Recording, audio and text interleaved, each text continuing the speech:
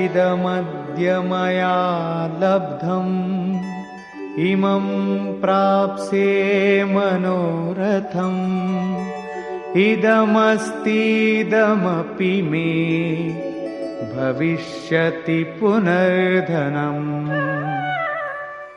వారు, నేను ఈరోజు ఎంత సంపాదించాను, ఈ మనోరథాన్ని నెరవేర్చుకుంటాను, నా వద్ద ప్రస్తుతం ఇంత ధనముంది, అది ఇంత ఎక్కువైపోతుంది అని అనుకుంటూ ఉంటారు.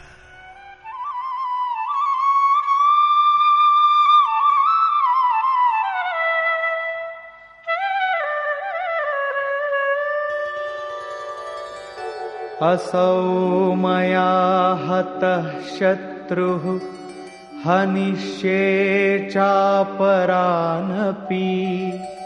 ఈశ్వరోహమహం భోగి సిద్ధోహం బలవాన్ సుఖీ. ఈ శత్రువు నా ద్వారా చంపబడ్డాడు, ఇతర శత్రువులను కూడా చంపుతాను. నేనే ఈశ్వరుణ్ణి, ఐశ్వర్యాలను అనుభవించేవాడిని, నేనే సిద్ధులతో యుక్తమైన వాడిని, బలవంతుణ్ణి, సుఖాలతో కూడి ఉన్నవాణ్ణి అనుకుంటూ ఉంటారు. ఆఢ్యోభిజనవానస్మి